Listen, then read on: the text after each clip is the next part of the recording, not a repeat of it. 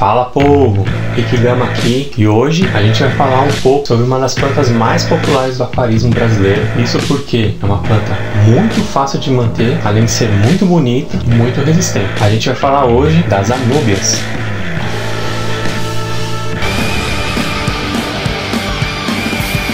Anúbias é um gênero de plantas, são da família das aráceas, que curiosamente é a mesma família de várias plantas de jardim, que provavelmente, se você gosta de planta e se você tem um jardim, você deve ter uma delas aí. Costela de Adão, Antúrio, Alocásia, que a gente costuma ter nos nossos jardins, que fazem parte da mesma família. Tem as mesmas características de inflorescência, crescimento, preferências de intensidade de iluminação, muito mais. As anúbias, no caso, são plantas originárias da África, ali da região central e ocidental desse continente. E esse gênero foi descrito inicialmente lá em 1857 pelo botânico, que eu não vou conseguir dizer o nome. Heinrich Wilhelm Schott.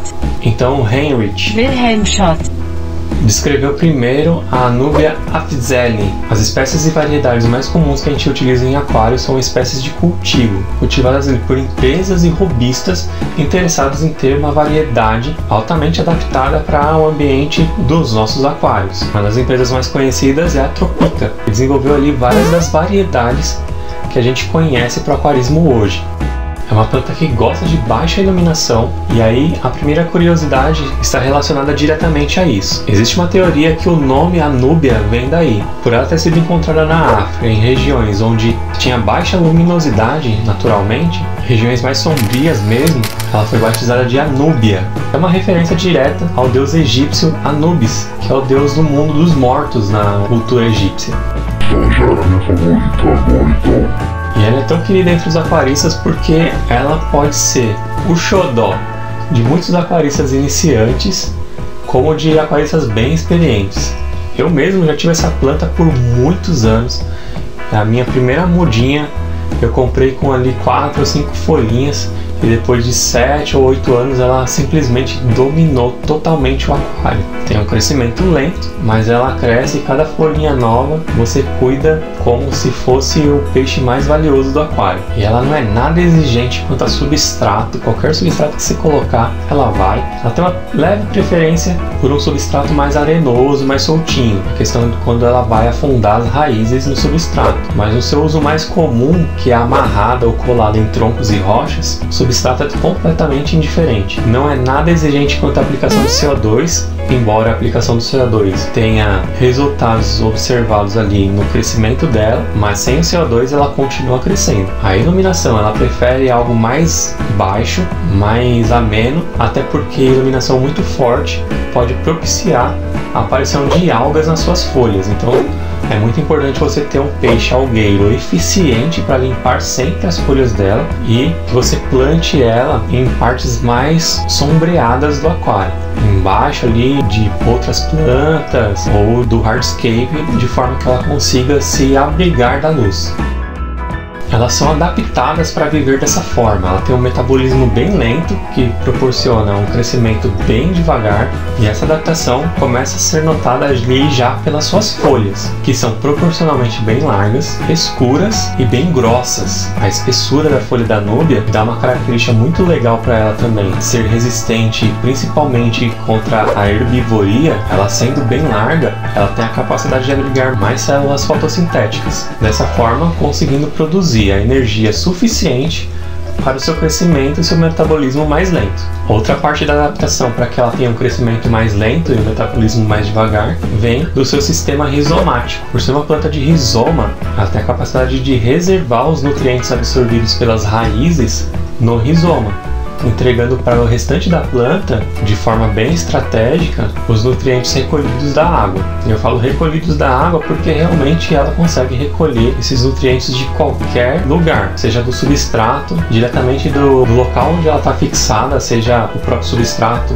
ou uma rocha, ou um tronco, bem como da coluna d'água mesmo. Ela reserva todos esses nutrientes no rizoma dela e vai distribuindo conforme a sua necessidade. Essas estratégias de sobrevivência das anúbias é o que diferencia esse tipo de planta das plantas de crescimento mais rápido, que precisam constantemente absorver nutrientes para serem usados praticamente que na hora. As anúbias não, as anúbias conseguem absorver os nutrientes e criando um banco de nutrientes, e e estrategicamente distribuindo esses nutrientes ao longo do tempo. Em resumo, o metabolismo lento das anúbias é basicamente uma adaptação que elas tiveram que encontrar para sobreviver nesses ambientes mais sombreados, onde a fotossíntese é um pouco mais dificultosa. Mas pelo que a gente viu, essas adaptações conseguem vencer razoavelmente fácil esse obstáculo da luminosidade. Quanto ao plantio e a localização dentro do layout do aquário, isso depende de vários fatores de gosto, principalmente. Ela tem algumas variedades que ficam melhores na parte de trás do aquário, como as anúbias lanceolata, que são bem grandes, bem bonitas, bem largas, então ela faz um fundo bem bacana. Isso é questão de gosto, galera, não tem certo e errado no quesito layout, tá, gente? Se você vai querer competir, participar de um campeonato, aí é outra história, mas o aquário é seu e você faz o que você quiser, valeu? Mas que sim, que elas ficam um pouco mais harmoniosas ali, na parte de trás ficam, ao contrário das anúbias nana ou nana petit também, que são de folhas bem pequenas, bem delicadas assim, né? Ela continua sendo bruta e grossa, mas pequenininha ali, mais suave pro layout, vamos dizer assim, e encaixa perfeitamente mais na parte da frente do layout. As Barteri comuns, Barteri var, mais para a parte mediana. Falando da parte mais ortodoxa do aquarismo plantado, como eu disse, Apareceu, você faz o que você quiser, tá? Seja livre. Realmente é uma plantinha muito bonitinha, com essas folhinhas larguinhas dela aqui, um verde escuro bem intenso, e principalmente esse rizoma que tem que ficar para fora do substrato. Nunca enterre o rizoma da anúbia, você pode apodrecer ele e levar a planta à morte. A única parte da anúbia que pode ser enterrada, se for o caso, são as raízes, que eventualmente, se ela estiver próxima ao substrato, ela mesma vai enterrar. Essas raízes têm a capacidade de se fixar em objetos porosos ou com ranhuras de preferência. Objetos mais lisos ela vai ter muita dificuldade para se fixar. Ela vai procurar envolver esse objeto, que demora muito tempo mesmo. Mas objetos mais porosos e com mais ranhuras, ela vai conseguir se fixar legal. Essas raízes, esse rizoma aparente, deixam um aspecto bem natural para a planta, o que eu gosto bastante. No Nature e Aquário, onde as raízes são bem-vindas para o layout, dá um aspecto bem bacana mesmo. Essa na minha mão, no caso, é uma anúbia nana. As folhas são bem pequenas, eu não tenho as outras variações aqui no momento, só tenho nanas nos meus aquários, e eu sou apaixonado por essa planta, cara, sério, eu gosto demais dessa plantinha. Tem um evento bem raro de acontecer no aquarismo e depende de várias condições do aquário. Não quer dizer que seu aquário seja sensacionalmente bem ou drasticamente ruim. Eventualmente ela pode apresentar floração dentro do aquário. Comigo nunca aconteceu, mesmo tendo essas plantas por muitos anos e elas se reproduzindo demais de forma assexuada dentro do meu aquário, nunca ocorreu de aparecer inflorescência. O termo é inflorescência mesmo, essa planta não dá flor. Flor é uma outra coisa. Inflorescência é o que todas as aráceas fazem, e são bem parecidas em todas as espécies das aráceas, onde ela tem uma folha diferente, normalmente com a coloração diferente das outras folhas, assim como acontece no copo de leite ou no lírio da paz, por exemplo, ou até nos antúrios. A coloração fica diferente nessa folha adaptada, que é um atrativo para polinizadores, atraindo para uma espécie de espiga, onde vai ter ali todos os materiais genéticos para que essa planta consiga se reproduzir quando esse inseto polinizador for bagunçando ali aquela região, misturando os gametas machos e fêmeas na inflorescência dessa planta. Mas tá falando de inseto e do aquarismo, como que ela se reproduz? Pois é, apesar de ela ter essa capacidade de inflorescer dentro da água, provavelmente isso está relacionado à injeção de CO2, eu acredito que proporciona uma facilidade maior para ela fazer essa inflorescência embaixo d'água. Não existem insetos polinizadores que consigam fazer a polinização embaixo d'água. Esse tipo de reprodução vai ocorrer certamente quando essa planta adquire a sua forma emersa. Ela tem ali fixação na água, mas as folhas e inflorescência aparecendo fora do nível da água. Dessa forma, facilitando com certeza a polinização. A produção de plantas do gênero Anubias ganhou algumas variações desenvolvidas por aquaristas e por grandes empresas, como é o caso da Tropica, que proporcionou pra gente algumas variações bem interessantes para o aquarismo, adaptadas e modificadas geneticamente no laboratório para terem determinadas características, como é o caso da Nana Petit, da Golden e da Coffee Folha. São plantas cultivadas, né, que levam o nome de cultivares.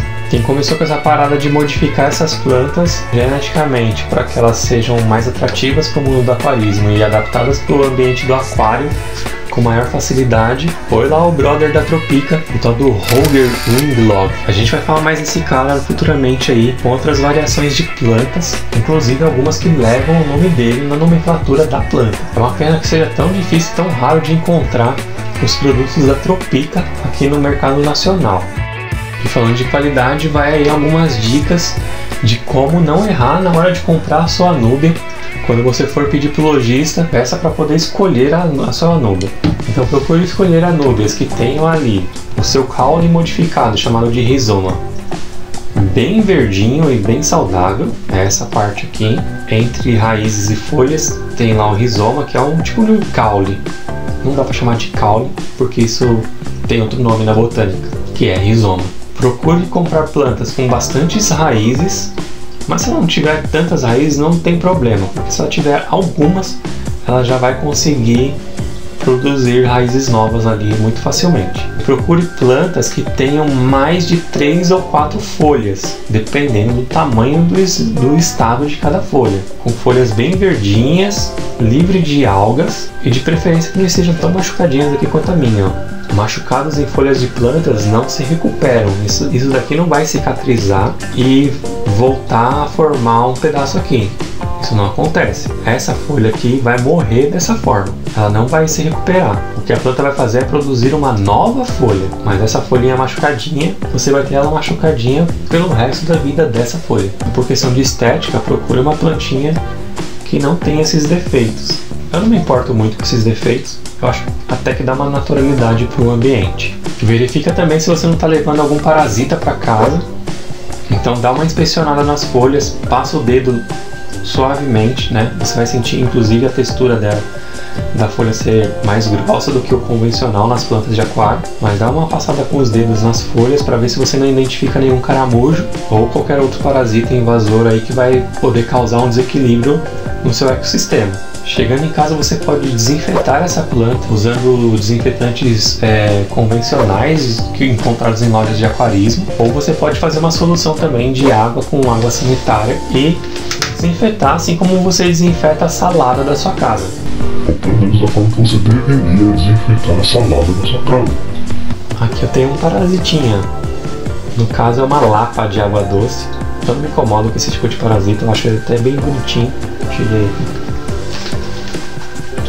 Para evitar comprar uma planta doente também, verifica se ela não tem nenhuma mancha, principalmente manchas amarronzadas, pontinhos pretos, manchas amareladas. Essas manchas aparecem nas folhas, principalmente, e elas demonstram que a planta pode estar ali com alguma patologia, alguma doença. Pode ser específica daquele indivíduo e matar aquele indivíduo, né, aquela planta em específico que você está comprando, mas também pode ser uma doença que pode espalhar para outras plantas do seu aquário.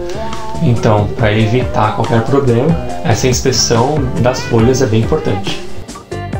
Para produzir novas mudas em casa, você tem que esperar o rizoma crescer um tanto legal, com um espaçamento bacana, para que você consiga vir com a tesoura no espaçamento que ele tiver entre folhas, de forma que você consiga separar para cada pedaço 3 ou 4 folhas ali. 3 ou 4 folhas no rizoma com raízes, é uma muda. Cortou, separou, fixa da forma que você preferir, grudado em rochas, troncos ou no substrato, beleza, você já tem uma muda em desenvolvimento. Algumas dicas pessoais quanto a esse procedimento que eu dou é: não faça isso no aquário diretamente, porque essa planta é da família das aráceas, e as aráceas são famosas por terem toxinas, tanto nas folhas quanto em qualquer parte do seu corpo, e isso serve como uma proteção dessas plantas. Você vai reparar que nenhum peixe gosta de comer anúbias. Elas têm uma toxina e provavelmente deve ter um gosto horroroso. Há relatos, comigo nunca aconteceu, mas há relatos de gente que faz podas dessa planta dentro do aquário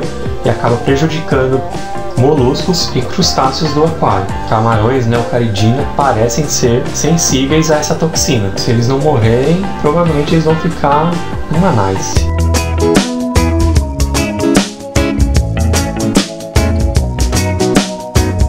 De qualquer forma, evita de fazer podas dessa planta dentro diretamente no seu aquário. Separe no recipiente, faça a poda, deixa ela descansar ali um pouquinho para liberar todas as toxinas que ela tem que liberar, e aí depois de 1 ou 2 dias coloca ela no aquário, é mais seguro.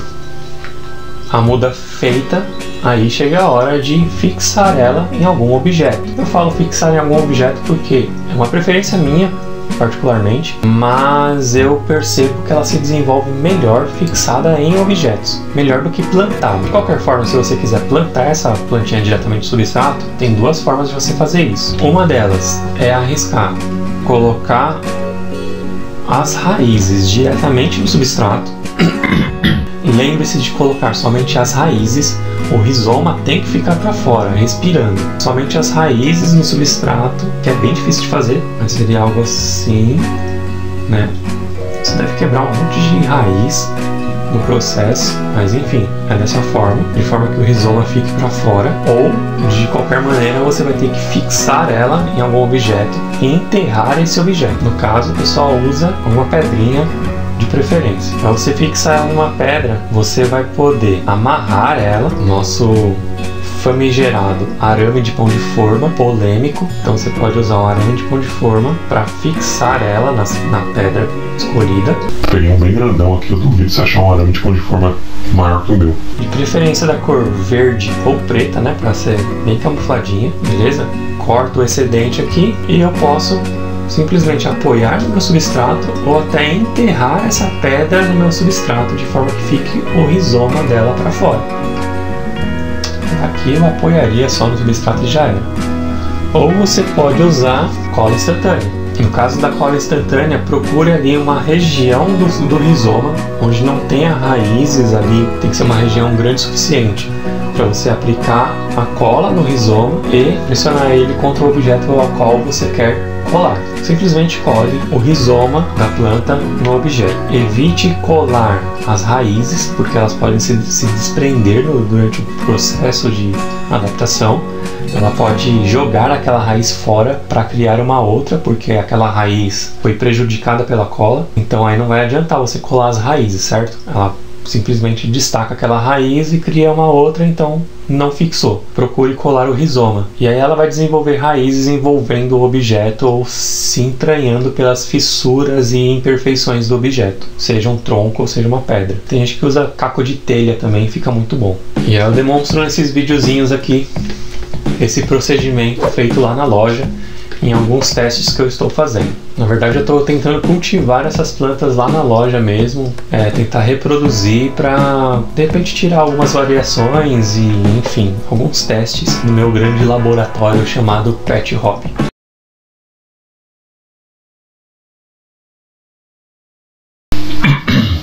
Bom, então é isso, galera, uma plantinha muito versátil, muito bonitinha, muito resistente, tudo que o aquarista precisa e gosta dentro do seu aquário. Com certeza vai se tornar um xodó, algo de grande estima mesmo. Você vai ter um cuidado diferenciado com essa planta, eu garanto. Cada folhinha nova que ela apresenta é realmente uma alegria de ser observado. Tinha muito popular, o preço razoavelmente bacana ali para o tipo de planta que é e a durabilidade que ela tem. Eu acho justo o valor que você encontra ela no mercado. Lá na Pet Hobby ela custa algo em torno de entre 15 e 20 reais a muda, dependendo do fornecedor que a gente pega. Mas cara, vai nela, você vai gostar bastante, eu garanto. Já vi gente que começou o aquário com um layout de um jeito, cheio de outras plantas, e aí a anúbia vai tomando espaço, e ao invés do cara se desfazer de mudas de anúbias, como é comum em outras plantas, né? Você faz as podas e você tira novas mudas e acaba doando ou vendendo. Com a anúbia isso não costuma acontecer. Normalmente o cara deixa a anúbia se espalhando e vai tirando outras plantas do aquário para dar espaço para as anúbias. Isso é muito comum de acontecer mesmo. Tamanha a predileção que ela consegue alcançar entre os aquaristas. Tiver aquários forrados de anúbias e só tem anúbias. Provavelmente esse aquário já teve alguma outra planta que foi desalojada. Mas é isso, galera, espero que vocês tenham gostado. Acho que eu falei bastante, porque as principais informações foram apresentadas. Não esqueça de curtir esse vídeo, compartilhar com seus amigos, e principalmente se inscrever. Cara, se inscreve, pelo amor de Deus, não custa nada, você vai me ajudar demais. Eu tô precisando de inscritos, preciso monetizar esse canal. São 4 e pouco da manhã, tô aqui gravando pra vocês, rolou uma pesquisa intensa, pô, valoriza aí o trampo. Antes de encerrar, eu gostaria de indicar um site bem bacana que me ajudou pra caramba a complementar esse vídeo. Parte da pesquisa envolvida nesse vídeo tem base nos meus conhecimentos com essa planta, de vários anos de cultivo dela nos meus aquários. Também eu usei bastante, de novo, o livrinho do Rony Suzuki. Tem bastante dica bacana aqui sobre as variações dessa plantinha. Eu gosto demais dos livros do Rony. Rony, por favor, cara, volta a escrever. Seus livros eram tão bacanas, estão fora aí do mercado, eu acho uma pena. Traz edições novas, Rony, pelo amor de Deus. Eu gostaria também de fazer uma referência aqui ao site Aqua 3. O cara tem um canal no YouTube também, muito bacana. Cara, parabéns. Seu canal e o seu site são sensacionais, parabéns mesmo, muito bacana. Bastante informação eu confirmei aqui no seu site e no seu YouTube. Cara, da hora. Vão lá no YouTube do cara, que é bem bacana assim. O site também, Aqua A3. Então é isso aí, curta, compartilha, se inscreva, tchau.